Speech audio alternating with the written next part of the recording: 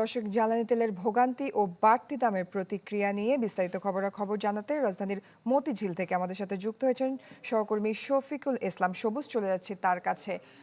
সবুজ, আপনি যেখানে আছেন সেখানকার পরিস্থিতি জানাবেন।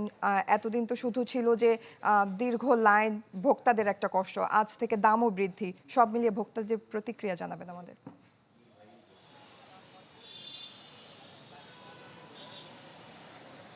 ভোক্তা এবং সাধারণ মানুষ সবাই কিন্তু এ বিষয়ে আসলে প্রতিক্রিয়া দিচ্ছেন। সাদা চোখে দেখলে মনে হবে যেন অকটেন, ডিজেল কিংবা যে জ্বালানির দাম বাড়ানো হয়েছে তাদের পকেট থেকেই টাকাটা যাচ্ছে, কিন্তু বাস্তবে হচ্ছে এর সাথে নির্ভরশীল সমাজের আরও অন্য জনসংঘ রয়েছে, সবার জীবনে কিন্তু এর প্রভাব পড়েছে এবং যার স্পষ্ট প্রভাব আমরা ঢাকার রাস্তা সহ অলিগলি, বাজারে সব জায়গায় আমরা দেখছি।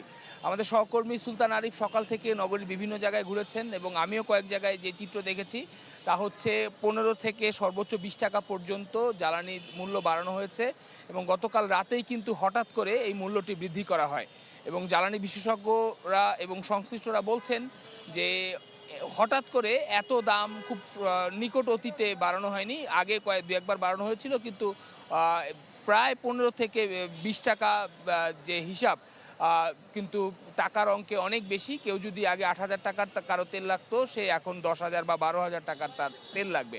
তো এর উপর নির্ভর, ডিজেল যেহেতু পণ্য মালামাল নিয়ে আসার ক্ষেত্রে কাজে লাগে, তো সেই পণ্যের দামের উপর কিন্তু এরই মধ্যে প্রভাব পড়েছে। যারা গাড়ি চালক রয়েছেন তাদের জীবনেও একটি প্রভাব পড়েছে। আমরা শুরু থেকে ভাবছিলাম যে তেলের দাম বাড়ানোর পরে এই চাপ থাকবে না, আসলে কি চাপ কমছে না বাড়ছে? বাড়ছে আরো। আপনাদের কি অবস্থা এখন, আপনাদের প্রতিক্রিয়া কি? আপনি কত গান অবস্থা আর কি, আগে থেকে তো ডাবল কষ্ট। যে 2 ঘন্টা তো দাঁড়ায় রইলাম, 4টা পাম্পে গেলাম, সবগুলো বন্ধ, এটা বন্ধ, ওইখানে আরেকটা আছে আরামবাগেরটা বন্ধ, তারপরে এইটা দিয়ে গেলাম, তাও একই অবস্থা। এখানে আসলাম প্রায় 2-2.5 ঘন্টা তো হয়েছে, ফকিরাবল মোড়ে দাঁড়ায় রইলাম। পাম্প হলো মতিঝিল, আমরা খাড়ায় রইলাম ফকিরাবল মোড়, দৈনিক বাংলা মোড়, ফকিরাবল পানি ট্যাঙ্কি। আগে তো আমরা মানে ধারণা ছিল বা চালকরাও বলতেন যে দাম বাড়াইলে চাপ কমবে, মানুষজনের আগ্রহ কমবে। এখন দেখা যায় 2-3 দিন পর হয়তো কমতে পারে। এখন তো সিন্ডিকেট ওরা চুপাইয়া রাখছে না, জিনিসটা একসাথে কি উঠাইবো নাকি, আস্তে আস্তে দিবে। ধন্যবাদ আপনাকে। চালকরা তাদের প্রতিক্রিয়া জানালেন। তো সব মিলে তেলের যে জ্বালানির যে মূল্য বৃদ্ধি হয়েছে, এই মূল্য বৃদ্ধির প্রভাব সামনে আরও কয়েকদিন যাওয়ার পরে আরও বেশি স্পষ্ট হবে, যদিও সরকারের পক্ষ থেকে এ বিষয়ে ব্যাখ্যা দেওয়া হয়েছে। তো সব মিলে গেল 1.5 মাস সময় ধরে রাজধানী ঢাকা সহ দেশের বিভিন্ন জায়গায় ফিলিং স্টেশনগুলোতে যে জটিলতা, অর্থাৎ মানুষের যে দুঃখ, বিশাল লাইন বা কিউ, তা কিন্তু এখনও অব্যাহত রয়েছে ঢাকার সর্বত্রই। এই ব্যাংকপাড়া মতিঝিলও কিন্তু বলা চলে, এই মতিঝিলের যেহেতু 2টি ফিলিং স্টেশন রয়েছে প্রধান সড়কে, এই 2টি ফিলিং স্টেশনকে কেন্দ্র করে মতিঝিলের যে মূল সড়ক, সেই সড়ক কিন্তু বলা চলে 3 লেনে গাড়ি স্থবির অবস্থায় দাঁড়িয়ে রয়েছে অকটেনের জন্য। সবুজ, ধন্যবাদ আপনাকে। দর্শক, আমাদের আরেক সহকর্মী রনি দত্তকে দেখতে পাচ্ছি চট্টগ্রাম থেকে আমাদের সাথে যুক্ত হয়েছেন। আর রনি, এই যে জ্বালানি তেলের যে মূল্য বৃদ্ধি পেয়েছে প্রথম দিন আজ, চট্টগ্রামে এর প্রভাব কেমন দেখছেন জানাবেন আমাদের। জয়ী, আসলে জ্বালানি তেলের যে মূল্য বৃদ্ধি হয়েছে সেখানে আসলে মানুষের ভোগান্তির যে চিত্র সেটি কিন্তু আসলে পরিবর্তন হয়নি, মানুষের ভোগান্তি বরঞ্চ আরও একটু বেড়েছে। আমরা যদি দেখি যে চট্টগ্রামের বিভিন্ন ফিলিং স্টেশনে দেখেছি যে যে দীর্ঘ লাইন, সেটি কিন্তু আসলে কোনোভাবেই কোনো অংশেই কমেনি। চাপ কিন্তু আগের মতোই রয়েছে, মানুষের যে তেলের জন্য যে সংকট সেটি কিন্তু রয়েছেই এবং মাঝখানে যে তেলের দাম বাড়লো এতে কিন্তু মানুষের আরও ভোগান্তি বাড়লো। এবং সবচেয়ে বড় কথা এখানে যেসব প্রতিটি আমরা ফিলিং স্টেশনে আমরা আসলে যেটি লক্ষ্য করেছি যে তারা কিন্তু পূর্বের যে দাম সেই দামে কিন্তু ক্রয় করেছে বা মজুত করে রয়েছে, মজুত করে তেলগুলো কিন্তু তারা এখন বাড়তি দামে বিক্রি করছে। তো সেক্ষেত্রে তাদের কিন্তু বাড়তি একটি মুনাফা তারা এটি অর্জন করছেন এবং সেই মুনাফার ক্ষেত্রে কিন্তু প্রশাসনের কোনো নজরদারি আসলে নেই। আমরা যদি একটু যে তেলের এই যে জন্য যে মানুষের যে অবস্থান, মানুষের যে অপেক্ষা, সেটি আসলে একটু দেখানোর চেষ্টা করছি। মানুষ কিন্তু এখানে চরম ভোগান্তিতে আছে, তারা কিন্তু তাদের ভোগান্তির শেষ নেই, সীমা নেই, তাদের আছে ক্ষোভও তারা জানিয়েছেন। কেননা বাড়তি এটি আগের যে তেলগুলো তারা মজুত করেছে সেগুলো কিন্তু তারা আসলে বাড়তি দামে বিক্রি করছে। আমরা একটু আপনার কাছে জানতে চাইবো, তেলের যে এই যে এখন যে দাম বৃদ্ধি হয়েছে এতে আপনাদের আসলে ভোগান্তির কোনো কি আসলে পরিবর্তন হয়েছে কিনা? ভোগান্তির আসলে বলে তো শেষ করা যাবে না। আমরা টিভির স্ক্রিনে দেখতে পাচ্ছি দেশের ইতিহাসে সর্বোচ্চ পরিমাণ জ্বালানি তেল মজুদ আছে, হ্যাঁ, কিন্তু এর পরেও যে আমাদের এত ভোগান্তি, সকাল থেকে সেই লাইনে দাঁড়িয়ে আছি, এখনো পর্যন্ত অলরেডি 2 ঘন্টা হয়ে গেছে। আরো 3টা পাম্প ঘুরে এসে এই পাম্পে কোনো রকমের লাইন পেয়েছি, এখনো পর্যন্ত তেল নিতে পারি নাই। খুবই দুঃখের বিষয়। সরকারের এই ব্যাপারে যথেষ্ট পরিমাণ সজাগ দৃষ্টি দেওয়া উচিত বলে। এবং বাড়তি দাম তারা যে নিচ্ছে সেটা তো পূর্বের যে তেল সেগুলো তো বাড়তি দামে তারা নিচ্ছে। এটা বিষয়ে আসলে আমি কোনো মতামত প্রকাশ করতে চাচ্ছি না, যেহেতু একটা সরকারি সিদ্ধান্ত, সেটা ওনারাই ভালো বুঝবেন। ধন্যবাদ আপনাকে। আসলে মানুষের যে ক্ষোভটি আসলে রয়েছে সেটি হচ্ছে প্রশাসন এই জায়গায় নজরদারি দেওয়ার কথা, কারণ যেসব পাম্পগুলোতে গতকালকের মজুদ ছিল তারা কিন্তু সেই মজুদ পরিমাণ তেল কিন্তু বাড়তি দামে তারা নিচ্ছেন। সেক্ষেত্রে মানুষের কাছ থেকে কিন্তু তারা পকেটের যে টাকা সেটা কিন্তু তারা বাড়তিভাবে উপার্জন করছেন। তো এই যে সার্বিক চিত্র কিন্তু এখনো পর্যন্ত চট্টগ্রামের ভোগান্তি চিত্র কিন্তু রয়েছে, আর এটি কবে কমবে সেটি আসলে মানুষের বড় প্রত্যাশা, যে যত দ্রুত সম্ভব এই ভোগান্তি যেন দ্রুত সরকার নিরসন করে। তো এই ছিল এখানকার সবশেষ অবস্থা। জয়ী। রনি দত্ত, ধন্যবাদ আপনাকে।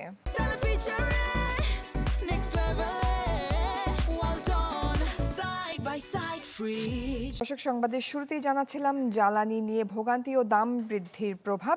এ বিষয়ে আরও বিস্তারিত খবরাখবর জানাতে এই মুহূর্তে সাভার এবং নীলফামারী থেকে যুক্ত হচ্ছেন আমাদের সহকর্মীরা। শুরুতে আমরা চলে যাব সাভারে, রয়েছেন অপু ওহাব। অপু, সারা দেশেই জ্বালানি তেল বৃদ্ধির একটা প্রভাব পড়েছে, এমনিতেই জনভোগান্তি তো আছেই, বিস্তারিত জানাবেন।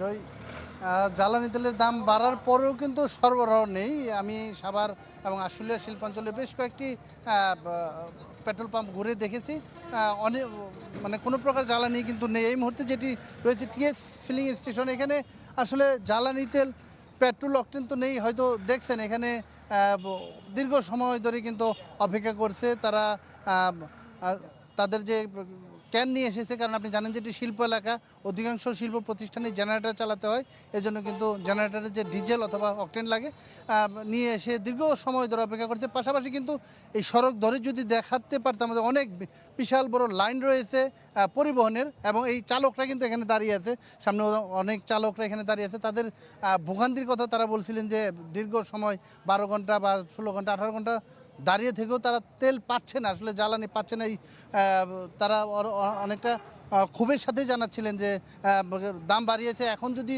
সরবরাহ ঠিক না করতে পারে তাহলে কিভাবে তাদের সংসার কিভাবে চলবে, এমনটি কিন্তু বলছিলেন। আমি কথা বলেছি এই পেট্রোল পাম্প মালিকদের সাথেও, যারা এই সরবরাহ কাজে নিয়োজিত, তারা বলছিলেন যে ডিপুতেও তাদের সরবরাহ ব্যবস্থা তারা পাচ্ছেন না।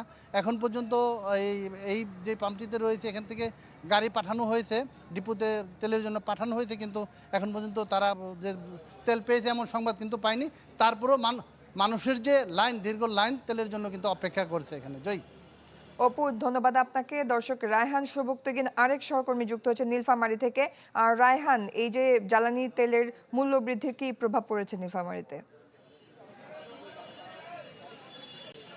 দ্রোহী, আমি এই মুহূর্তে দাঁড়িয়ে রয়েছি নীলফামারীর এবং জলঢাকার যে পাম্প রয়েছে, মহাসড়ক রয়েছে, তার পাশে আমিনা নামে একটি পাম্পে রয়েছে। এখানে আজকে তেল দেওয়া হচ্ছে শুধুমাত্র পেশাজীবীদের। আগামীকালকে যারা এসএসসি পরীক্ষায় ইনভিজিলেটর হিসেবে দায়িত্ব পালন করবেন সে সমস্ত শিক্ষক, তার পাশাপাশি হাম এবং রুবেলা টিকার জন্য যে টিকাদানকারী যে কর্মকর্তারা রয়েছে, পুলিশ সদস্যরা রয়েছে, বিভিন্ন ধরনের জরুরি সেবা, তাদেরকে কিন্তু আজকে এখানে তেল দেওয়া হবে। তো ভোগান্তির কথা যেটি এবং আপনি দামের যে কথাটি বললেন, এখানে কিছুক্ষণ আগেই একজন শিক্ষক আমাকে বোঝাচ্ছিলেন যে কতখানি দাম পড়বে এখানে। 300 টাকার, আজকে বিকাল 3টা থেকে 300 টাকার করে শিক্ষকদেরকে তেল দেওয়া হবে। তো তিনি বললেন যে সকালবেলা থেকে এখানে এসে তিনি উপস্থিত হয়েছেন এবং সারাদিন তার এখনো যাচ্ছে, এবং এই সারাদিনের মজুরি যদি ধরা যায় আর 300 টাকা তেলের যদি পরিমাপ হয়, তাহলে তার আসলে কর্মঘণ্টা এবং তেলের দাম মিলিয়ে এই তেলের প্রতি লিটার তেলের দাম আসলে কতটা পড়ছে, এটা উনি আমাকে বোঝাচ্ছিলেন। তো ওনার হিসাবে যদি আমি ধরি যে প্রতিদিন এখানে 1000 মানুষের, একটি পাম্পে যদি 1000 মানুষ তেল দেওয়ার জন্য সারাদিন ধরে অপেক্ষা করে, তাহলে কিন্তু দ্রোহী প্রায় 5 লক্ষ টাকার কর্মঘণ্টা নষ্ট হয়। এবং এই ক্ষতি নীলফামারী জেলার সাপেক্ষে যদি 37টি পাম্পের সাপেক্ষে যদি বলা যায়, প্রতিদিন কিন্তু 1.5 কোটি টাকার কাছাকাছি এসে দাঁড়ায়। এর পাশাপাশি এই যে ভোগান্তি বলতে যে প্রতিদিন এই যে মোটরসাইকেলের বিভিন্ন যন্ত্রাংশ ভাঙতেছে, লাইনে এসে নানা রকমের গন্ডগোল হচ্ছে, এই সব গন্ডগোল আবার এখান থেকে বাজারে ঘাটে ছড়িয়ে পড়ছে, সামাজিক নানা রকমের সংকট হচ্ছে। এমনকি এই যে জেলা উপজেলা প্রশাসন একটা পরীক্ষাকে কেন্দ্র করে বিভাজন করলো পেশাজীবীদের মধ্যে, সেটি নানা রকমের বিভাজন দেখা যাচ্ছে। এই চিত্র আসলে সারা নীলফামারী জুড়ে। দ্রোহী, এই ছিল আমার কাছ থেকে তেলের পাম্পের খবর। জ্বালানি রায়হান, ধন্যবাদ আপনাকে। দর্শক, শাহিন রহমান আরেক সহকর্মীকে দেখতে পাচ্ছি পাবনা থেকে যুক্ত হয়েছেন। শাহিন, প্রত্যন্ত অঞ্চলে বিদ্যুৎ নিয়ে লোডশেডিং হচ্ছে, এদিকে জ্বালানি তেলের মূল্য বৃদ্ধি পেয়েছে, সব মিলিয়ে জানাবেন পরিস্থিতি। হ্যাঁ, জ্বালানি তেলের মূল্য বৃদ্ধিতে যে নাজেহাল অবস্থা সাধারণ মানুষের, ভোক্তাদের, ঠিক একই অবস্থা কিন্তু বর্তমানে যারা বিদ্যুৎ গ্রাহক রয়েছেন তাদের। কারণ গত কয়েকদিন ধরেই আমরা দেখছি পাবনায় ব্যাপক হারে লোডশেডিং করা হচ্ছে। আমরা যদি গত কয়েকদিনের একটু চিত্র বলি, যে গত কয়েকদিনে দিনের বেলাতেই 5 থেকে 7 বার এবং রাতেও ঠিক একইভাবে 4 থেকে 5 বার করে লোডশেডিং দেওয়া হচ্ছে। এবং এই লোডশেডিংয়ের কারণে সাধারণ মানুষ যারা রয়েছেন, বিশেষ করে শিশু এবং বৃদ্ধ, তারা কিন্তু বেশ ভোগান্তির শিকার হচ্ছেন। এবং পাবনা শহর অঞ্চলে যেমন ঠিক লোডশেডিং, ঠিক একই চিত্র কিন্তু আরো ভয়াবহ অবস্থা উপজেলা পর্যায়ের প্রত্যন্ত গ্রাম অঞ্চলগুলোর লোডশেডিং এর চিত্র। আমরা এই মুহূর্তে দাঁড়িয়ে রয়েছি পাবনার যে পিডিবির নেস্কো 2 এলাকার যে বিদ্যুতের সাব স্টেশন রয়েছে, সেখানে আমরা সেই জায়গা থেকে আমরা যেটুকু তথ্য পেয়েছি যে তাদের চাহিদা প্রতিদিন যদি বিভিন্ন ঘন্টায় ঘন্টায় যেটি চেঞ্জ হয় তাদের চাহিদা, সেই চাহিদার জায়গা থেকে তারা জানিয়েছেন যে যদি 103 মেগাওয়াট তাদের চাহিদা, সেখানে তারা পাচ্ছেন 70 মেগাওয়াট থেকে 80 মেগাওয়াট, অর্থাৎ 20% থেকে 30% তারা লোডশেডিং বর্তমানে হচ্ছে। কিন্তু গত কয়েকদিনের যে চিত্র আমরা পেয়েছিলাম, সেই কয়েকদিনের চিত্র কিন্তু আরো ভয়াবহ ছিল। এবং তারা হচ্ছে চাহিদার তুলনায় 70% বিদ্যুৎ পাচ্ছিলেন, কখনো 60%, অর্থাৎ 30 থেকে 40% কিন্তু সরবরাহ কিন্তু ঘাটতি থাকায় বিদ্যুতের কিন্তু ব্যাপক লোডশেডিং দিতে হয়েছে। এবং এটি স্বীকার করেছেন পাবনা পল্লী বিদ্যুৎ সমিতি 1-এর যিনি জেনারেল ম্যানেজার রয়েছেন, তিনি আমাকে জানিয়েছেন। এবং গতকাল থেকে এবং আজকে সেই অবস্থা থেকে কিছুটা উন্নতি হয়েছে এবং কিছু সরবরাহ এবং চাহিদা কমেছে। এবং যেটি এখন সরবরাহ বেড়েছে, যে কারণে এখন একটু পরিস্থিতি উন্নতি হয়েছে কিছুটা। এবং এটিও আরো উন্নতি হবে যদি বৃষ্টি অব্যাহত থাকে। এবং সব মিলে যে পরিস্থিতি, চাহিদার তুলনায় এবং উৎপাদন কম, আরেকটি যে বিষয়টি বলেছেন, এই কারণে লোডশেডিংটা বর্তমানে চলছে। তো পরিস্থিতি কিছুটা উন্নতি হয়েছে এখন। শাহিন, ধন্যবাদ আপনাকে। দর্শক, জ্বালানি তেল নিয়ে ভোগান্তি, মূল্য বৃদ্ধি এবং লোডশেডিং নিয়ে বিস্তারিত খবরাখবর জানছিলাম আমরা।